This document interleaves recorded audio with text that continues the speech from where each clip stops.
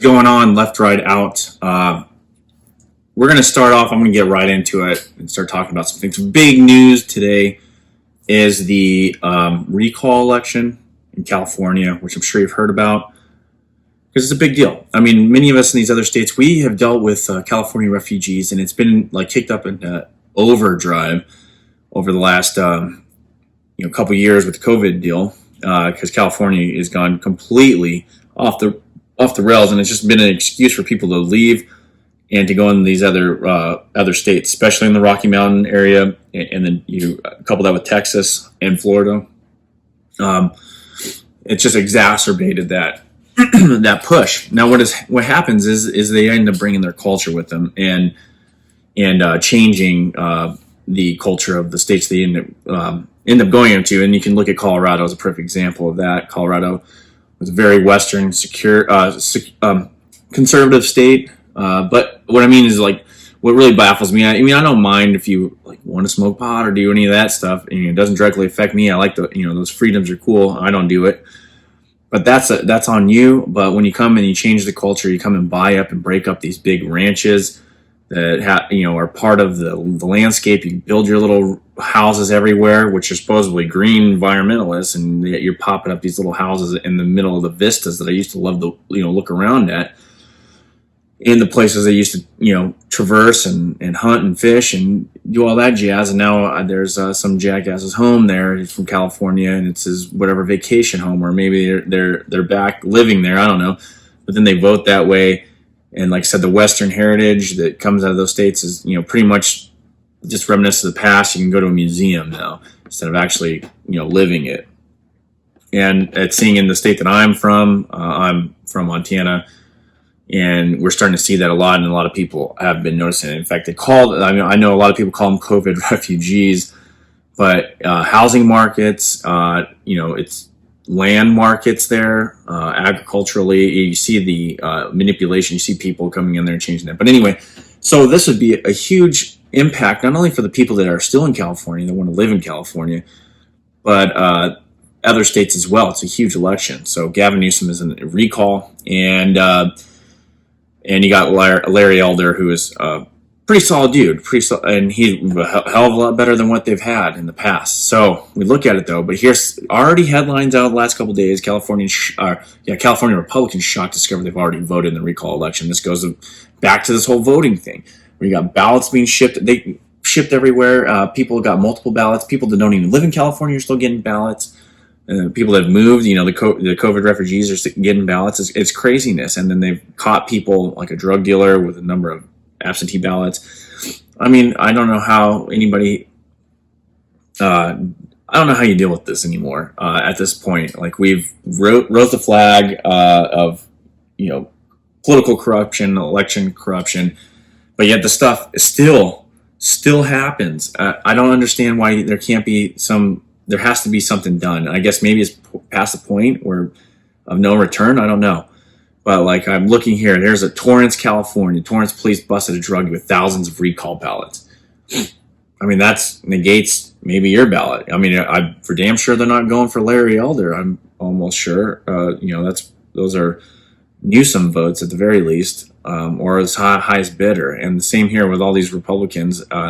Here's another one that somebody showed up and 70% of the votes have already been cast, and it's like they haven't, and the person next to him hasn't cast their vote, but apparently they did, So what is going on here? I mean, I guess this is subversion. I mean, the lack of integrity in these processes is part of the systemic downfall of our nation, and hopefully we'll see what happens. Maybe the slide is big enough, like in Trump's case when he first won, where the overwhelming majorities overwhelm any potential fraud that could have happened or intimidation. So we'll see. It's something to be looking into. If you can look it up, a number of articles about the people that have supposedly already voted and haven't. A lot of elderly Republicans, people showing it's crazy. It's crazy. It's mine. I would say 10 years, 15 years ago, that'd be baffling. But it's just now it's just modus operandi. It seems like can't have a fair election anymore. So. Go from that back to let's go back to the let's stay on the hypocrisy train here, and let's go. I'm going to talk about this, and I don't necessarily, it's not a big, huge news. It's not like we're lighting a flare up on something or illuminating anything that's going to shock people. That Alexander Ocasio-Cortez shows up to some extravagant Met ball or gala, whatever you want to call it, and addressing tax the rich. And the irony of it is, she's hanging out with the rich, and to me, she is rich. I mean, yeah, she may be a bartender, but now she's, selling all this merchandise and making a couple $100,000 sitting up there in Congress, and with all the benefits there, it's probably worth even more. Well, it's definitely worth more being a member of Congress. And I know she's not like donating that money. She's living pretty damn good, plus whatever the other deals she has going on. And then what she's going to do after if she ever leaves Congress, who knows? But either way, power itself is, pretty alluring, so she might stay there. But she is the rich for most of us. I mean, the average American, AOC now is rich. So I don't know what she's talking about. If she wants to give her money up, that's cool. That's on her. But she's just wanting to steal money, I guess, from other rich people. But at the same time, hanging around the leftist rich people that say they want to do the same thing, but at the same time are raping by any means necessary to gather power and wealth. It's pretty crazy. But yeah, like look at the tickets on this thing. I'm looking at it right now. It's like $30,000 to $50,000. And tables are going between, a cool quarter to $500,000. I mean, it's anything but average, guy. It's not like you're going to McDonald's or anything. And I'm looking at some of these other people. I mean, their clothes are probably worth more than the place I'm staying in right now. Like this is insanity. Like they don't get the hypocrisy of this crap or the sheer irony. And that, I guess the left is really good at that. I mean, they're full of hypocrisies and just double speak. But here, I'll throw one out there for you for the right, just so you don't think I'm just bashing them. So we look at the markets, because I want to get into that real quick too, because we had some CPI data out earlier today. But, remember under Trump, we had a lot of market highs, and we can debate, little to do with actual Trump policy. I mean, this is all monetary issuance, in my opinion, and there's a lot of data to back that up. It goes along with all Austrian theories, and it seems to be tie into what we're seeing now. But the Hannitys of the world, the Levins, and those type of people. Oh, look at the stock market's up. I mean, Trump's economy is great. Look at all the that's what the stock market's up. Everything's good. Everything's awesome. Now we're under Biden. And we're hitting new highs and new highs and new highs. And now it's like, well, everything sucks. I mean, that's the kind of hypocrisy we're seeing that I see all the time. They use certain data points, which aren't even indicative of the actual performance of what they're talking about. And then they also deny them when it comes to, the guy with the D on his name. So now I'm saying that those market highs aren't indicative of anything good from any of them. It's more of a monetary phenomenon than anything.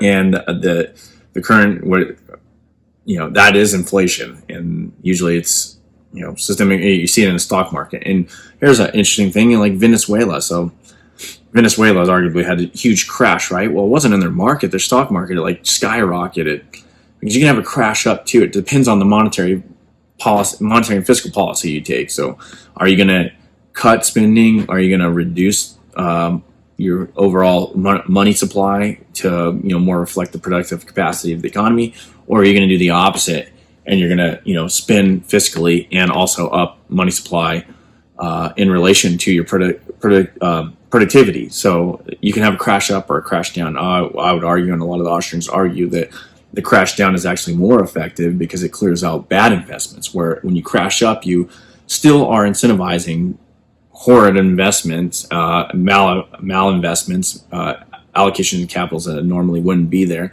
and you just prolong an actual crash that will devastate the population, or maybe forego it, but you just bifurcate the population to the point where you have what turns into be systemically poor serf class and an upper wealthy class, and that's probably what they're going for. I don't know, but if you just let the thing crash, if you do the right thing, then everybody comes out on the other end a lot better, because you get rid of those bad investments, capital realigns, and you have productive actual uses of capital. But that's just short on this. So, but anyway, we're going to get the CPI data because this is kind of a big deal in my opinion. This is what I've always I talk about a lot, is like how these numbers are pretty much, they're all fake in a sense. You put bad numbers in, you get bad numbers out. I mean, so if you ever taken a statistics class, you realize that, or economics, or studied finance or economics, you know that you put bad data in, you're going to get bad results out. And we look at the CPI data. So the market was up earlier today. I think it's turned now, but the market was up based on this fact that apparently the CPI data, the headline data, came in under what they expected. Which, who gives a crap what they expect? Like, they're like weathermen; they don't know what actually is going on. But this is their number that they've that they've already finagled with. So. And I'm going to bring up one key point on this thing too. So it came in at 0.3, which actually, it was like 0.27, but they rounded it up, and they were expecting like 4%, or no, I mean 0.4 month over month. And so that that's pretty crazy to begin with, because you look at 0.3% their headline inflation, even with their numbers. Okay, now we're looking at close to like almost 5.5% year over year. And you also had, some surging energy prices and food prices, and surging. I guess that's not a very quantitative. It's not a very good word to use. They're rising, the prices of this in general. But here's why. One of the reasons why, and I know this has been in the news a lot, that this number is just completely fake, or almost completely fake, relatively fake, because it's weighted so heavily. But we and they did a good job. You can actually find this up. There's people that are actually publishing, or they're putting out there, a heat map, or like a map of how CPI data is actually collected, or not collected, what is collected in the CPI data in a relative weighting. So if you look at it like food and energy, if you combine their weightings, you're looking at 20% right there, right? So you can break that down even further. You look at, motor vehicles, that's like 8%. Roughly. But here's the interesting thing. So shelter, which arguably people need shelter, right? Or not arguably, that's just one of the hierarchy of needs. Food and shelter. That's almost 33% of the index, right? But if we look underneath that, like, what is the vast majority or data that's taken in there? Well, that's owner's equivalent rent of residencies. Which what does that mean, right? Because that's not an actual number. It's an opinion. They survey. Turns out, they survey homeowners and like what they would rent their place out pretty much to themselves. And it's like, is that a real number? Because, in my opinion, no, that's not a quantitative number. That's not something you can actually take from hard data and present this as some kind of scientific method. No, but anyway, because that's essentially almost stagnant. That's nothing. But we know that's not the case. But guess what? That takes up 23.5%, almost 24% of the entire CPI. That's what it's weighted at. So that's how you finagle CPI data, to obfuscate what real inflationary pressures are like. Like I said, inflation is a monetary phenomena. The prices severely rising and falling or whatnot, those can be symptoms of that. So whatever, for just to keep it in the parlance of regular society, that your majority of your CPI or your inflation rate is based off of this. So with that in mind, we can negate that data by looking at a number of other sources like Zulu, different other places where apartments are listed, and you could see where rent is going up. And it just makes sense with the housing market craziness, because even if you're an investor in the housing market and you go in there, you want cash flow, right? You're not going to buy a home as an investor, or like you see these large institutions buying homes. You're not going to buy a home and then rent it underneath where it doesn't cover the cost. I mean, that doesn't make any sense. So, I was looking at one chart here or whatnot, where these guys pulled data from Zulu, Apartment List, CoreLogic, and a couple other sites, and you can look at the increase. U.S. national rent year over year based off that, comparative to the CPI data. So if you look at the CPI owner's equivalent rent year over year, it's 2.5%. You're like, oh, well, yeah, that sucks. I mean, you're getting 2.5% poorer every year based off your housing needs if you're a renter. But then you look at this data that's developed from these other places, and now you're looking at well over 6%. And that's not even, I don't even know if that's right. I think we're talking about in some places over 20-30% year over year rent increases. I mean, it's essentially astronomical, since there's no like definitive one size fits all collection of data on this. We can only take these small data points from these various sites and kind of compile them, and we can see that there's something definitely nefarious going on with the BLS and their collection of rent data, and that being so heavily weighted in the CPI right there negates, to me, that entire metric. But somehow the market still reacts off that. And they react in a number of ways recently, because they think that the Fed is going to come in and they're going to taper or whatever. I don't even know if they will do that. I think these are using these things as excuses to keep this deal. But anyway, we can get into that another. So that goes into another part of the Fed, which I wanted to talk about, this transitory inflation hype. So Jerome Powell has been, in the media, testifying in Congress, whenever, saying that inflation is transitory. You've heard it from Biden. Transitory is a wrong term to be using for this. I'll just tell you that. They might actually be right in a certain sense. Okay, I'll say it this way. Well, let me preface that a little bit.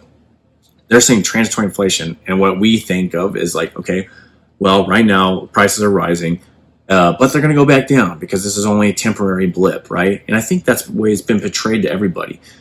Where in fact, no, that's not what they mean. If you listen to Powell a little bit more and some of these other guys, we're going to have this huge spike, which we've seen this year, either whatever their data points to, close to almost 5.5% year over year, and then it's supposed to taper off. To me, that's not transitory inflation or whatever. That's called a revaluation of the currency. Okay, that's a revaluation. They're okay with the prices going up, everything being devalued by whatever so much, such percentage, and then they're going to hopefully and theoretically hold it there or taper that down a little bit. To me, that's a revaluation. Transitory spike. No, that's a transitory devaluation of the dollars that you're using. So right now you're seeing a revaluation of the currency, if you ask me. And while, we're seeing, and that's what I would use. That's the terminology I would use, because that's what they're portraying it. When you say it, you're just changing definitions again, like they do with everything else, to try to like obfuscate what the real happenstance is, occurring. It's insanity. But that's it, in my opinion. So when you hear transitory, to me, I think revaluation, because they're saying that the prices are going to rise and then they're going to stabilize. So to me, that more aligns with the definition of revaluation. I'm just pulling up some other headlines here because I wanted to see if there's any more people talking about this. No. Okay. Oh, there is some other thing. So I was thinking about this because yesterday I talked about the Afghanistan deal with arms and Humvees being found in Iran, and I was really thinking about this, and this is my own opinion coming out here. I remember being in a number of cases. So let's take when my enlisted side, when I was an enlisted Marine, or even as an officer in the Marine Corps, I've seen it on both sides of this, but losing gear, right? And you can ask anybody that's been in, especially, or I don't know how it is today, but I mean, before, within the last few years, all the way in the 2000s, or probably before that, especially in the Marine Corps, you lose gear, like you can literally be held financially liable. You can be brought up on charges on some of it, depending on the circumstances. But I remember people having to pay out of pocket for wrenches or being held financially liable for, tools, wrenches, tools, hammers, weird crap like that, screwdrivers. Once they found it, and it was, you had a dipshit investigator, which is usually, a staff NCO or like an officer. Many times, my other side of things, I was in an investigation. Here's another crazy thing. So, one of my first things as a second lieutenant, when we were in Camp Pendleton, or somebody somehow got a rifle ran over by a Humvee, and it busted it all. It was done. You're never going to shoot that rifle again, even if it looked okay. Ran over the ACOG, which, if you don't know what an ACOG is, it's the the scope deal that they use now instead of iron sights. But anyway, I remember doing the investigation, and these guys were just like, I was tasked by the battalion commander to do it. I was like second lieutenant. I was like, okay, well, I've never done this, an investigation. I guess I've been through some of the training and whatnot, but I've never done a report. He's like, here's a skeleton. He's like, I did the same thing when I was a second lieutenant. Blah blah. So I go out there and I got to see all the pictures of what happened, because they take that seriously. You think it's not a big deal? One rifle, right? One ACOG. And then I don't know if there's anything else damaged. It was just that. It was something very simple. One, apparatus of, a rifle or whatever is attached to it. But it was ran over, and they had pictures of, the tracks and the actual vehicle, and like a crime scene, like you want every detail, right? So I had to go through and interview everybody that happened to be around this Marine. And you could tell that they were all scared, because they were told that they could be financially liable. And you're talking about PFC Lance Corporal types that are like, maybe make clear, if they're living in the barracks and they're not married or whatever, they're clearing 25, 30,000, well, actually that's what they're, minus taxes, 20,000 or whatever. Then maybe they have a car payment. You're going to stick them with some kind of, bill for a rifle and an ACOG. That's a couple grand according to the government, or if not more, whatever. The government probably paid like $5,000 for all that whole setup, but who knows. But I just remember seeing that, and they were scared as heck. And I determined that it wasn't negligence. I tried to, I put the fear of God in them, right? Because you don't want them to do that again, because you can't have them treating equipment horribly. But at the same time, it's like, this is kid's first time ever having any issues. So, I did my report, turned it in, but I was just thinking about that. I was thinking about how we're going to put the fear of God in a 19-year-old kid, 18, 20, whatever the case may be, but E3 below kid. And then you're going to let generals and whatnot walk away, leaving billions of dollars worth of equipment in a foreign country that is got known ties to terrorist groups or enemies. It doesn't make any sense to me. Like, why aren't they financially liable or forced to step down or something? Some kind of accountability. It doesn't make any sense. And so, as a leader, you should be held to a higher standard, and you're not. They're not holding themselves to the same standard that they expect their Marines, sailors, soldiers, airmen to be held to. So that's my 2 cents on that. It's just horrible hypocrisy there, and what it ends up doing is breeding discontent within the lower ranks. I'm sure we're seeing that now. I know there's a lot of people, not to mention vaccines, but when you have lack of accountability of leaders, and the leaders are holding you accountable for the very things that they're screwing up on to an astronomical magnitude over what you would normally do, or what you even have the capability of screwing up. It's astounding. But anyway, like, subscribe. I'll talk to you later.